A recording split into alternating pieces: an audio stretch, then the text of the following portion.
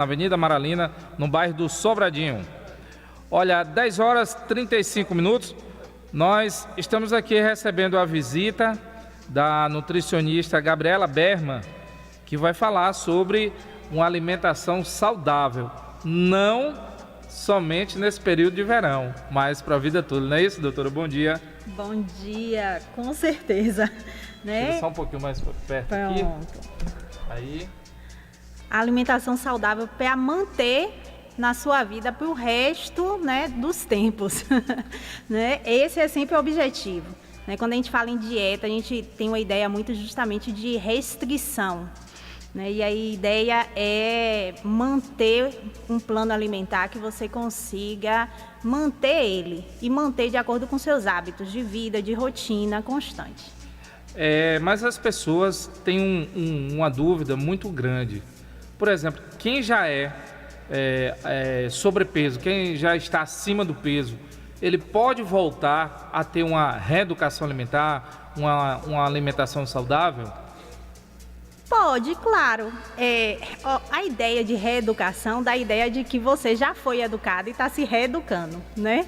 Então, assim, a pessoa que nunca teve orientação de como manter essa rotina alimentar, ela na realidade não vai ser reeducada, ela vai começar uma educação alimentar, né? E aí ela precisa de orientação. Às vezes acontece muito de chegar no meu consultório, a pessoa que às vezes sabe, come, quando você olha, come relativamente bem, mas às vezes não consegue aliar determinados detalhes. Por exemplo, o fato de você consumir salada, né? O ferro dos vegetais, ele não consegue ser absorvido na célula sozinho, então ele precisa de ajuda, né? No corpo, cada nutriente ele vai precisando de ajuda de um nutriente e entre vitaminas e minerais. Então, às vezes a pessoa come a salada dela a vida toda, aí eu como salada e às vezes resulta em uma deficiência às vezes de ferro, né?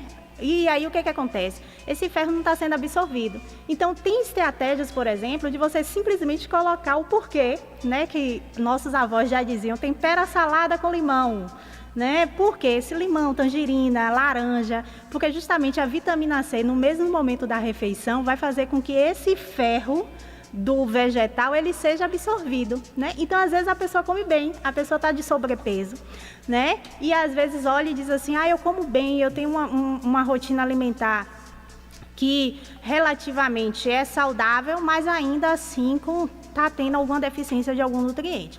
Às vezes é justamente isso, né? Uma orientação que às vezes em 2 consultas, em uma consulta a gente consegue fazer essa orientação e estabelecer algumas estratégias para esse paciente e ele consegue se educar, né, com essa questão alimentar.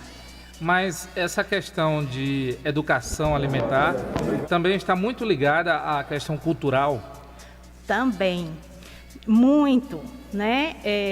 Eu tenho um paciente essa semana que a gente está fazendo algumas estratégias e aí ele me perguntou assim, doutora, eu posso comer cuscuz? Aí eu fiz, é claro, óbvio, meu Deus do céu, se eu retirar o cuscuz de algum paciente, eu acho que ele nunca mais volta na vida, né? Então, por quê? Porque justamente essa questão cultural, né? De você estabelecer e você montar o plano alimentar baseado justamente no que a pessoa come. Na minha primeira consulta, quando o paciente chega na primeira consulta, eu discuto o plano alimentar todo com o paciente, porque isso é extremamente importante para que ele se mantenha naquela rotina, né? Porque não adianta eu colocar determinados alimentos que não façam parte nem da rotina de vida dele e que nem que ele consiga manter financeiramente, né? Então, assim, por exemplo, existem alimentos que ajudam na melhora do sono. Né? São 2 alimentos que são ricos em triptofano e que ajudam na produção de serotonina, que é banana e kiwi, né? Então, assim, se eu vou passar para um paciente, para essa melhora na qualidade do sono, um alimento que vai ajudar a ele nessa melhora do sono, se tem kiwi e banana, né? Um paciente que às vezes não vai ter condições de encontrar kiwi, não vai ter condições nem financeira, nem na rotina de vida dele de manter, né? Porque não é um alimento, uma fruta que é muito da nossa realidade. Mas banana é uma fruta que é comum, né? É fácil você encontrar, a acessibilidade é muito maior, né? Então, assim, por que você justamente não incluir alimentos com aqueles objetivos funcionais que o paciente ele consiga manter isso? E a nossa cultura, ela influencia nesse sentido, né? Então, assim, a sexta-feira, por exemplo, que é muito comum, né? A muqueca, né? O vatapá, essas comidas assim mais regionais. Você incluiu o mocofato, feijoada, rabada, sarapatel, que é uma questão regional. Cultural. E aí, justamente, eu digo ao paciente, se você consegue manter uma rotina alimentar durante toda a semana e você não tem, digamos, às vezes uma gordura no fígado, uma esteatose hepática, que você tem que ter uma preocupação maior, né, até você conseguir solucionar determinadas situações, né? Então, se você consegue manter essa rotina alimentar saudável, não vai ser exatamente um dia, né, uma noite com amigos, amigas, comendo uma pizza que vai fazer você engordar, né? Doutora, a gente sabe que a atividade física também é muito importante nesse processo de ter uma vida saudável, mas a senhora falou uma coisa interessante em relação à questão financeira. A gente sabe também que manter uma dieta custa caro, né? E de que forma que a gente pode ter uma alimentação saudável, uma reeducação alimentar, mas de forma financeira assim, de fácil acesso? Eu tenho o costume de dizer, justamente, as pessoas, esse conhecimento específico do que é vitamina C, do que é vitamina D, do que é cálcio, tal, isso é mais para a gente. Esse conhecimento científico, ele é do profissional, né? Um paciente, às vezes, ele não necessariamente precisa saber o que é determinado nutriente, mas ele precisa compreender na prática dele, na hora dele colocar no prato aquela refeição, né? Então, assim, a dica que eu sempre dou, é justamente quando você ainda não tem condições de ter uma orientação, né, mais específica de um profissional, coloque sua refeição, né, e olhe para ver se ela está bem colorida. Eu já vi um termo em um curso uma vez de uma nutricionista dizendo que a refeição tem que ser brega, né? Brega, o mais brega possível, no sentido de colorido mesmo. Quanto mais colorido, melhor, né? Quanto mais colorida a sua refeição, significa que mais nutriente ela tem ali. Eu sempre oriento ter no mínimo 5 cores no prato, né? Se você conseguir, pelo menos na salada, abranger 3 cores, 2 cores já vai ser do feijão e do arroz. Né? Então, 3 cores da salada e o feijão e o arroz já são 5 cores no prato. Quando você incluir a proteína, para quem consome, claro, carne ou não, né? Então aí você já consegue ter uma diversidade de nutrientes, de vitaminas e minerais. Isso é uma dica super prática. Olhe para o seu prato. Eu tenho um filho de 10 anos que ele olha para mim de vez em quando, olha para o prato e fala: minha mãe, meu prato está colorido. Porque justamente essa é a dica melhor. E eu, por exemplo, eu não atendo criança, mas criança é uma dica super boa, né? Olha para o seu prato, trabalha com colorido, né? Que eu acho que para ele, para a criança, é ideal. Agora eu queria falar um pouco sobre jejum intermitente, que sempre de vez em quando aparece alguma modinha, né? E agora parece que é o jejum intermitente. O que é e qual é o perigo para a saúde das pessoas? Jejum intermitente, a gente precisa inserir isso na mente, que não é dieta, né? Dieta dá ideia justamente de algo que você vai manter. Jejum intermitente é uma estratégia nutricional, é uma abordagem nutricional e não deve ser utilizada por muito tempo, né? Por quê? Porque tudo que é utilizado por muito tempo, o corpo se acostuma a ele. E aí você não vai conseguir mais atingir os objetivos que você queria para aquela estratégia nutricional. Então, jejum intermitente, na definição básica, significa restrição calórica por um período, né? Então, é você restringir a quantidade de calorias daquele momento. Então, por exemplo, existem vários tipos de jejuns.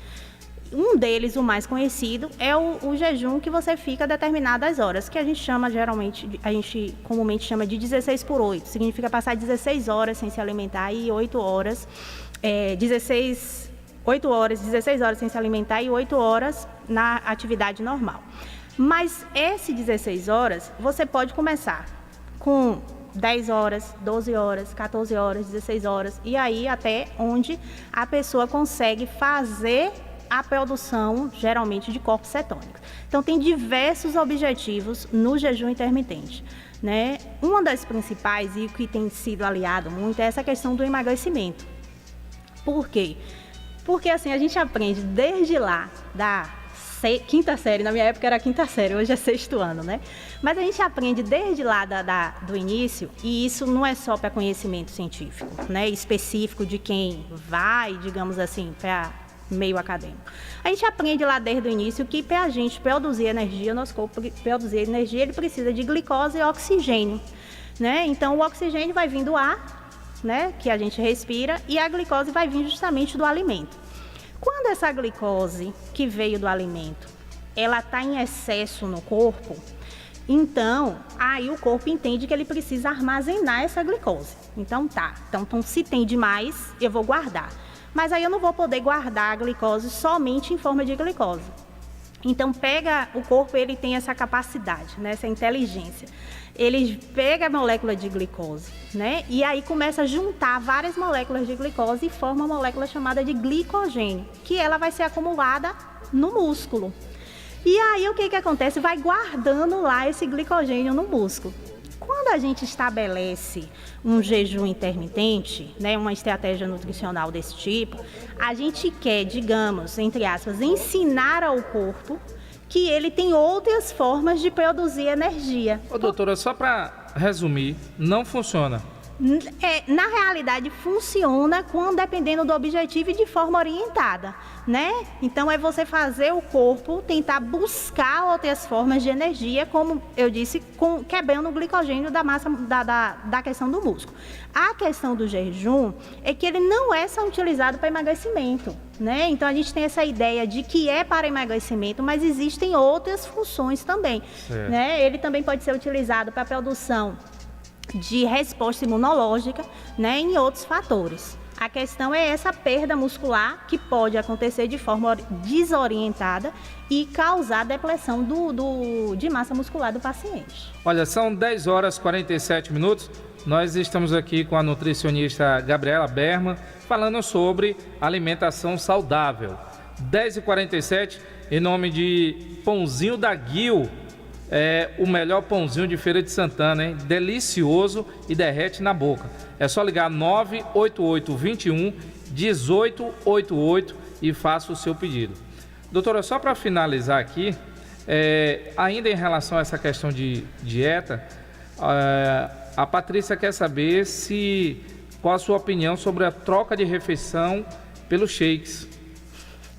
Essa questão dos shakes, chás, tudo isso, é muito perigoso, né? Porque, assim, quando a gente faz substituição de macronutrientes, né? A gente deixa de ingerir a quantidade que o corpo deve ingerir, porque, assim, o corpo, ele precisa, para coração funcionar, pulmão funcionar, estômago funcionar, para tudo funcionar, ele precisa de uma quantidade mínima de energia, né? Então, quando você começa a utilizar determinados alimentos que você não permite que o corpo ele consuma pelo menos a quantidade mínima de macronutrientes, que seria proteína, carboidrato e lipídio que ele precisa, e isso aí vai causar um desequilíbrio no metabolismo inteiro, né? E aí é um problema. Porque, inclusive, por exemplo, essa questão de chás que você não sabe exatamente qual é a composição, né? Às vezes você vai e começa a ir ao banheiro fazendo xixi o dia todo, né? Então, assim, vai causar desidratação. Só que você não perde só o líquido do xixi, né? Na urina, você também perde micronutrientes, né? E aí você vai causando justamente esse desequilíbrio total no corpo. É um problema, né? Deve ser feito de forma orientada, substituir a alimentação que não tem a composição do que o seu corpo precisa, né? É um ganho, digamos, momentâneo, porque às vezes você tem a sensação de que você desinchou, você tem a sensação de que você emagreceu, mas aí pode vir associado com outros problemas que podem ser maiores e mais difíceis de serem resolvidos depois. Ok, doutora, muito obrigado pela sua presença aqui. E eu quero dizer que quem quiser acompanhar essa entrevista, é só acessar o nosso canal TV Portal da Feira, você vai lá, tá essa entrevista na íntegra e também outros questionamentos, outras dúvidas e outras informações sobre dieta saudável e também para você ter uma vida mais, vamos dizer assim, saudável, com a questão alimentar, a reeducação alimentar, a doutora vai tirar suas dúvidas. Doutora, muito obrigado pela sua presença aqui no nosso programa. Eu que agradeço, né? Fico à vontade, sempre à disposição. Quero... minha rede social, na realidade, não está como Gabriela Berma, porque eu atendo pacientes com foco em distúrbios gastrointestinais. Então, a rede social você procura lá, Nutri.gastrointestinal. E aí tem o site também, vocês podem me encontrar, né? Tem um consultório, atendo no Shopping das Fábricas, telefone de contato se vocês quiserem, 75992889276. Estou à disposição sempre do que for necessário, sempre pensando na rotina alimentar saudável, sem terrorismo alimentar, porque eu acho que essa parte é a mais importante. Ok, são 10 horas e 51 minutos, nós vamos ao intervalo e na volta tem um quadro Pra Quem Você Tira o Chapéu.